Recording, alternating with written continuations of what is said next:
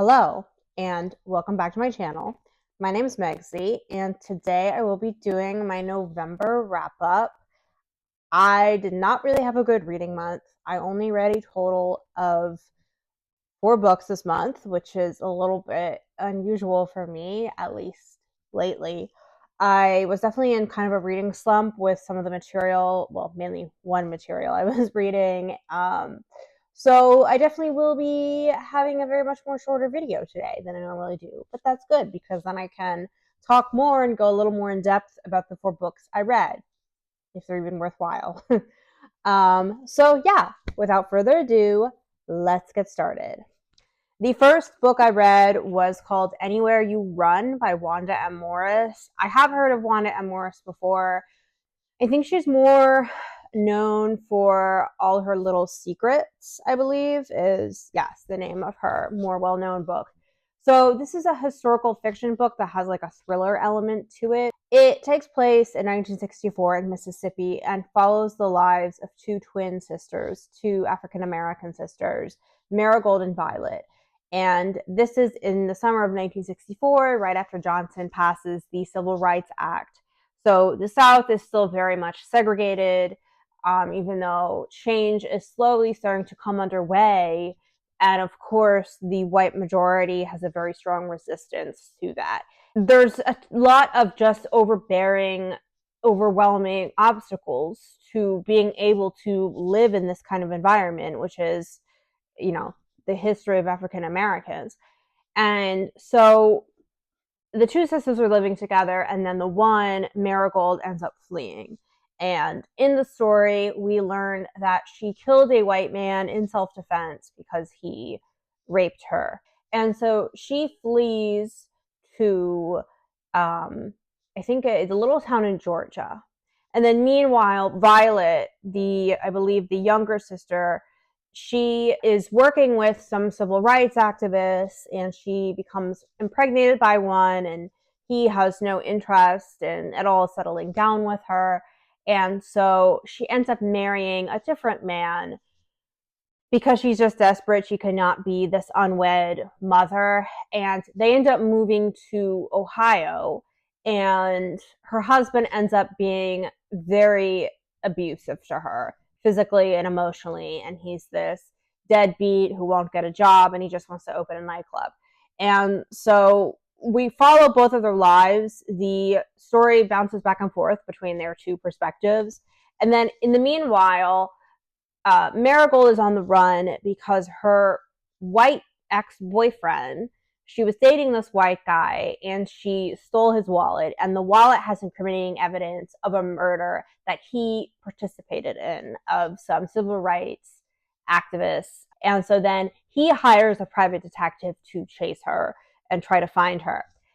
Now, the plot of this story sounds really interesting, especially the whole time period, but I'm going to say the writing was not there. The writing was not good. You could have the most interesting plot, but if the writing doesn't really hook you in, it's just going to fall flat. And that's kind of how it was for me. I found that the 2 sisters, Marigold and Violet, their voices sounded so similar that I honestly had trouble when I would read like a chapter. I was like, wait, which sister is it again? Even though it was like clearly spelled out in the chapter, they'll say their names at the start of the chapter.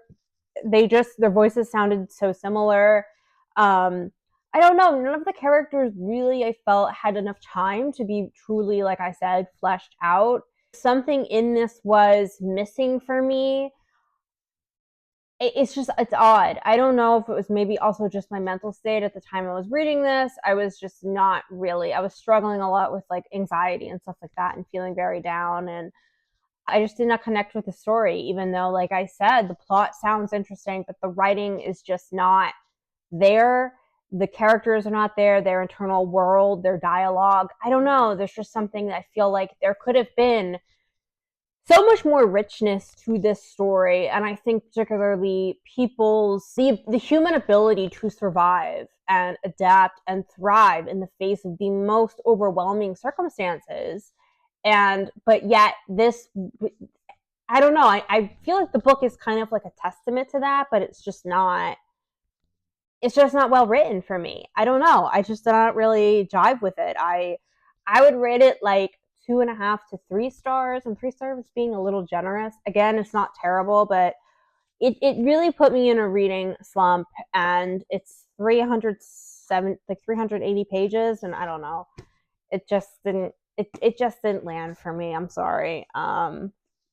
Yeah. So I was just, this is one of the reasons why I did not read many books this month, because I was struggling so much with this particular book.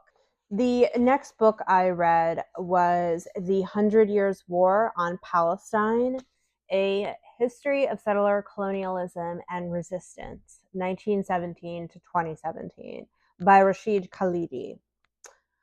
I got this in an independent bookstore down in Delaware, Bethany Beach Books, which is, I was surprised, to be honest, to see this book being sold in a very mainstream-esque bookstore, because I want to say 5 years ago, the only place you could find a book like this would be like some sort of independent leftist type of bookstore. You would not find it in a mainstream touristy area bookstore. So I will say that it's optimistic, because I think that the other side, different perspectives, are now being floated into the mainstream, which they have been always consistently shut out of Western media, particularly the United States, but this applies really to all Western countries.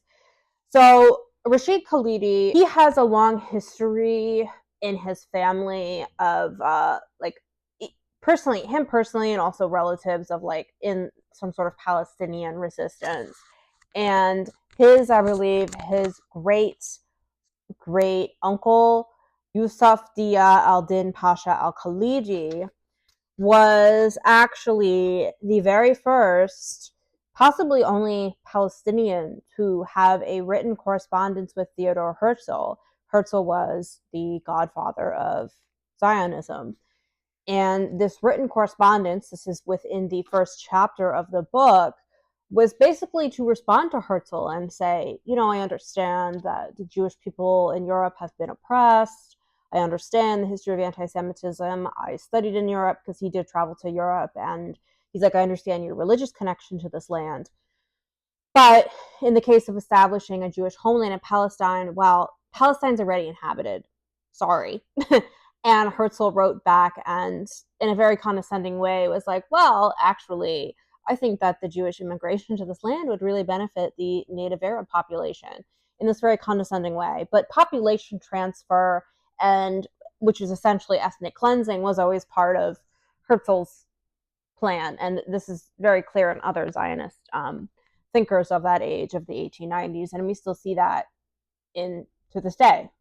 Basically, what this book's about goes back to Zionism's early foundings and follows essentially an entire century of war against the Palestinian people. And so essentially he goes into, refutes a lot of the narratives, I think, that we as Americans, as Westerners, are told, to dispute this notion of this even power imbalance, because it doesn't exist. It never existed. Zionism would never have gotten off the ground in terms of a Jewish homeland had it not been for them aligning with the British Empire. And then as the British Empire falls, later on, the United States Empire. So what Rashid Khalidi does is he breaks up this book into about like what he calls 6 declarations of war.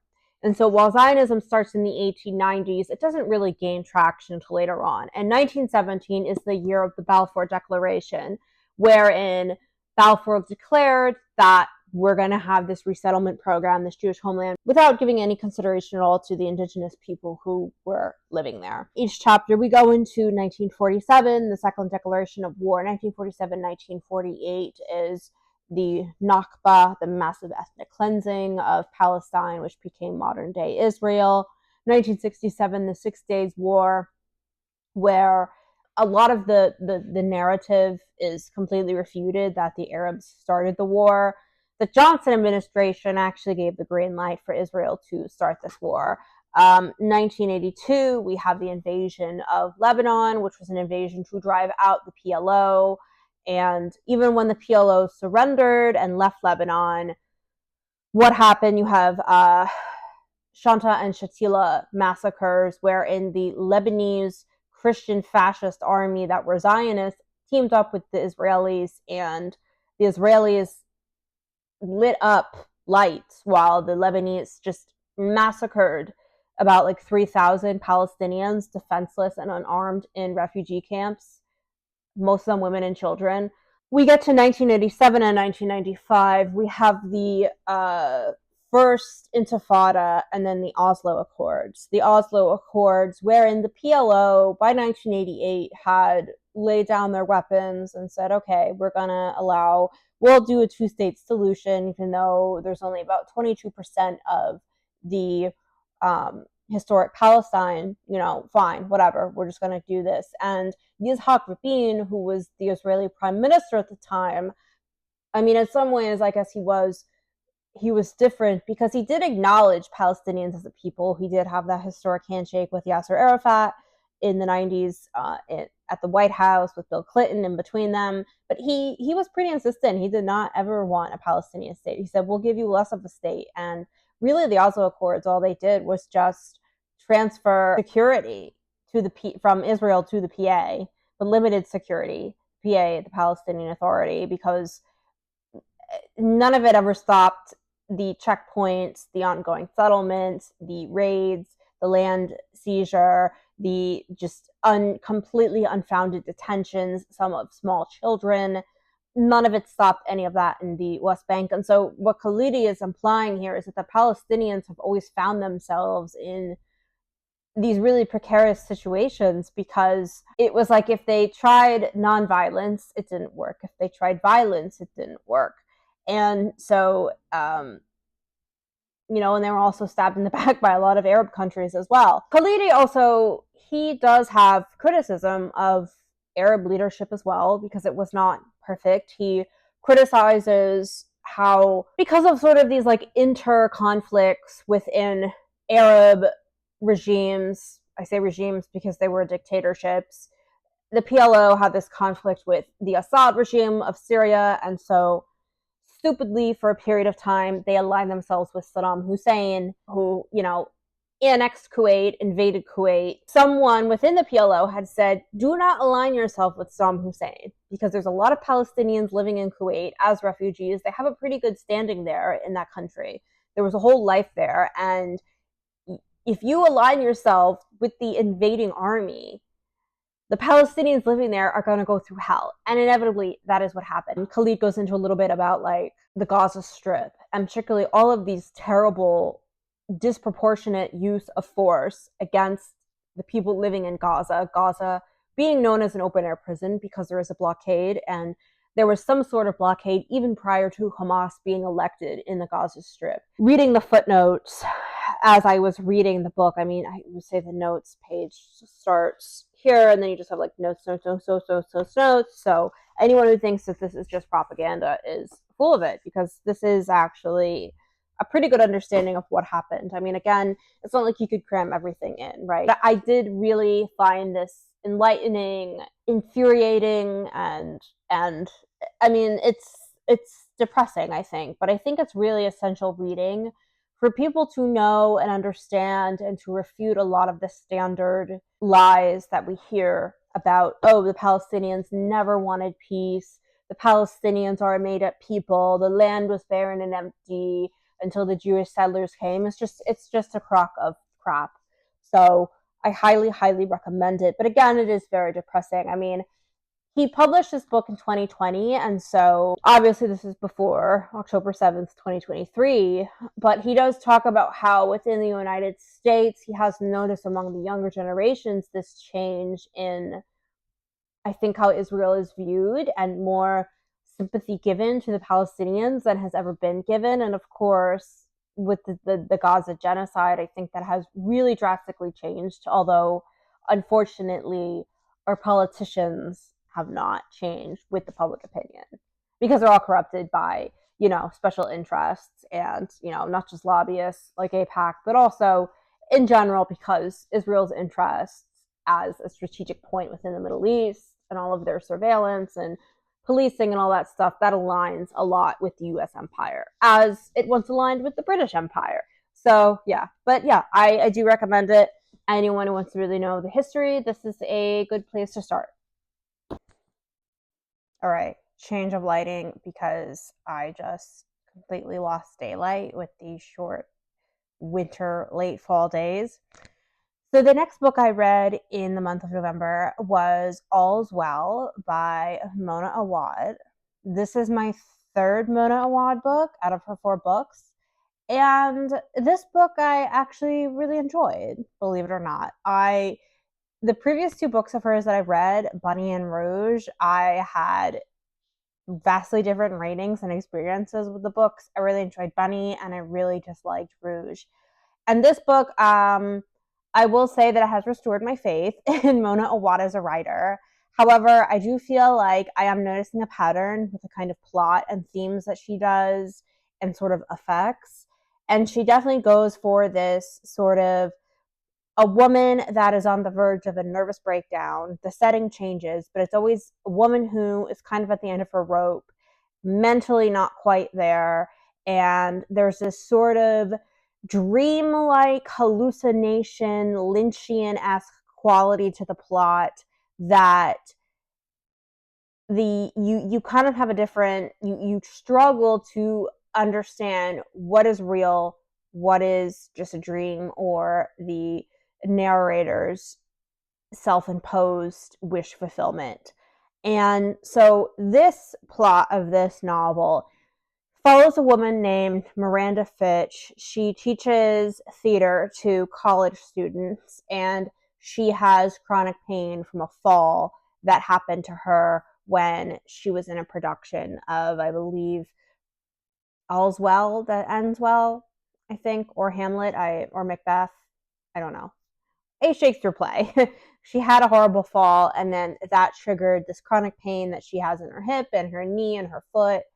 And we go through like her whole ongoing history of going to doctors, primarily male doctors, and them just dismissing her pain as largely psychological, because no treatments really work despite major surgery on her hip. And even a lot of this really sexist, like medical misogyny, you could say, that exists, not just within the medical community, but even among women who internalize that. And she even gets like this dismissiveness of her pain by a female friend and colleague, and that really splinters their relationship. And so she is putting on a production of All's Well That Ends Well, and her students really do not want to do this play. They really want to do Macbeth. And slowly she ends up having this encounter with these 3 mysterious men in a bar in this very, very Lynchian-esque way the scene is delivered. It definitely reminded me of certain scenes from Twin Peaks, if you know what I'm talking about. And when she meets these men, she happens to also drink this magical gold drink that just somehow, slowly over a period of time, ends up curing her pain. And slowly, these really good things start to happen to her. And things just automatically start to look up in her life, even while a couple people who are close to her end up taking on her symptoms. While she's getting better, they end up having her chronic pain symptoms, and they end up becoming bedridden. So the ending of it is this like kind of weird hallucination, but I actually thought it was well done. Again, I love the plot of these kinds of books. It's just you have to really be a good writer to be able to pull it off, and I felt like she did not do that in Rouge. The writing was very poor, but I felt like the writing was up to standard here in the way it was in Bunny. And it definitely is a little more mature. I would say not mature in like a sexual sense, but more Bunny. I could see because it focuses on like an MFA program, women in their early 20s. That still felt, I could understand why people felt that was a little more YA, whereas this one really isn't. Overall, I liked it. I would rate it 4 stars. My only thing though is that, like I said, Mona Awad definitely has the same kind of Lynchian-esque shtick of, women characters who are on the edge of madness. And I would, this is the 3rd book she's done this with. And I would like to see something a little bit different from her, because I think at this point, even while she changes the scene and setting, it's starting to get a little bit repetitive. But yeah, overall, I enjoyed it. And like I said, I felt like this did restore my faith in Mona Awad as a writer. And the fourth and final book I read in the month of November was Blueberries by Ellena Savage. Essays Concerning Understanding. Concerning understanding, because I had trouble understanding this book sometimes. No. Okay, so I did overall enjoy parts of this. These are a collection of nonfiction essays, and they are about the author's her own musings on gender, class, kind of like late stage capitalism, interpersonal relationships, sometimes between men and women, but then also at a macro level, like just sort of power systems that we're all a part of, gentrification, neoliberal capitalism, all that stuff. And like thematically, this would be up my alley. And when it works, it works. But I had problems, I think, with her writing because the way this author writes, she has very, very long run on sentences. And her thoughts are so scattered. Like, she'll start at like point A, and then she'll go off on little tangents, like half formed thoughts that don't really go anywhere. And then the end of the sentence is about something else entirely. And you'll go back and you're like, wait, what? Like, what is this about? And that's sort of my biggest issue with these collection of essays. The title Blueberries, the sort of like self-title of the, what do you call it? The essay that this is named after, this collection, is just, it read a little bit pretentious. It read a little bit pseudo-intellectual. So I'll start, I will talk about, though, there are some good things about this, I will say. Yellow City is the first piece. It is about the author's experience about back in 2006 in Portugal. She was nearly sexually assaulted, and she reports this to the police, and the two men are never really convicted. But when she's visiting Portugal 11 years later, she wants to go back and actually access the case files and read about what really happened to these men, because she just never really knew if they ever got convicted, and she never actually learned their full names. And so we have sort of this like recollection of trauma and how your memory sort of changes with every time you go back to reimagine events that happened to you, particularly traumatic events. And then she's sort of struggling through this whole like bureaucracy of red tape that all sexual assault victims really have to go through, which is why most sexual assaults are never honestly reported, because it's just a nightmare for victims. And this, I thought, was the strongest essay of the piece, strongest essay of the whole collection. But later on, the others were just sort of hit or miss. Like I said, the title, the piece called Blueberries, which the collection is named after, it was just a lot of rambling, and there were parts where I agreed with her in certain parts, but then it felt almost like stream of consciousness. And I'm like, oh my goodness, does this woman have an editor? She talks about something I find that is very specific to certain kinds of political institutions. She mentions that the distraction from material problems that are categorical and unsolvable by championing issues that can be solved today by changing a sign on the door.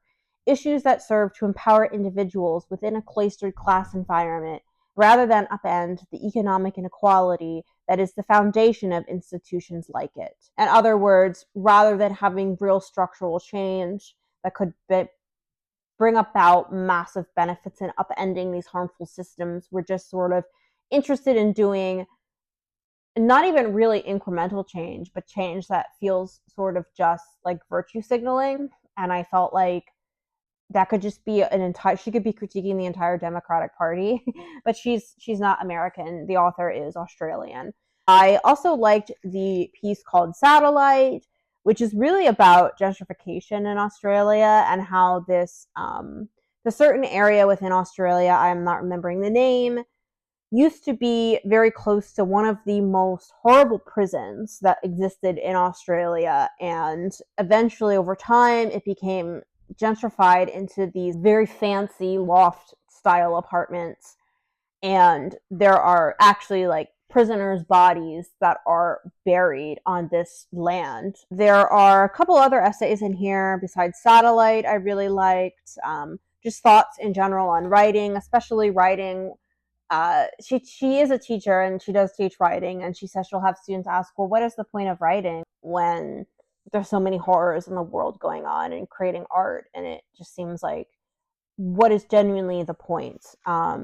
And so this resonated with me, particularly how she responds, because she says, because there is a human future, maybe not a forever future, but one beyond now. Writing is an argument for hope.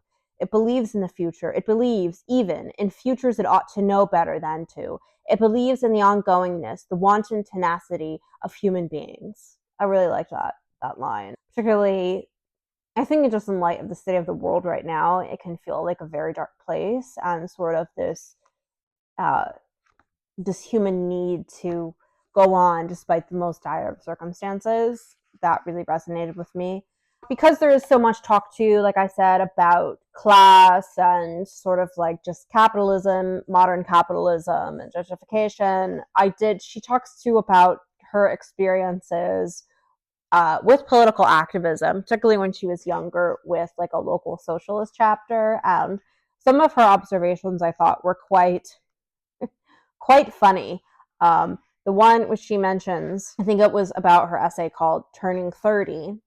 She says, don't trust a socialist who's never held down a degrading job. And speaking of the men who would attend these meetings, I learned that men with unkempt beards and a theoretical understanding of the patriarchy don't ask you questions if you're a young girl. Years later, I learned they don't start asking you questions when you're grown either. So like I said, overall, I think there's some really not necessarily solid essays other than the first one because her writing is so disjointed, but she has some really solid observations and quotes. But like I said, just the way she wrote, so scattered and sort of these half-formed thoughts don't go anywhere. She borrows a lot from different political and social theorists, philosophers, literary figures, and sometimes it just felt like too much. It felt a little bit like showing off, like, ooh, look at me, I'm super intellectual, I'm not like other leftists. I mean, there's like an entire back section here of books cited, and it got to be a little bit too much. But yeah, overall, I don't know, kind of a mixed bag. If you have leftist tendencies, feminist tendencies, you might enjoy it, but I don't know. Some of the writing just didn't quite land for me, but yeah. 3.5 to 4 stars. Not bad, but I think the writing for me just could have been better and more solid. I just don't think I'm a fan of her style, writing style specifically. So yeah, that's it. Those are all of the books, just 4 I read in the month of November. But yeah, I will probably make a video about upcoming reading goals before the end of the year. Hopefully I will, my goal is to hit 50 books this year. So I think I only have 7 to read, that I'll hit that goal. But yeah, overall, that's it. I hope you enjoyed this video. Please give it a like, a thumbs up, subscribe, and I will see you in the next one. Bye-bye.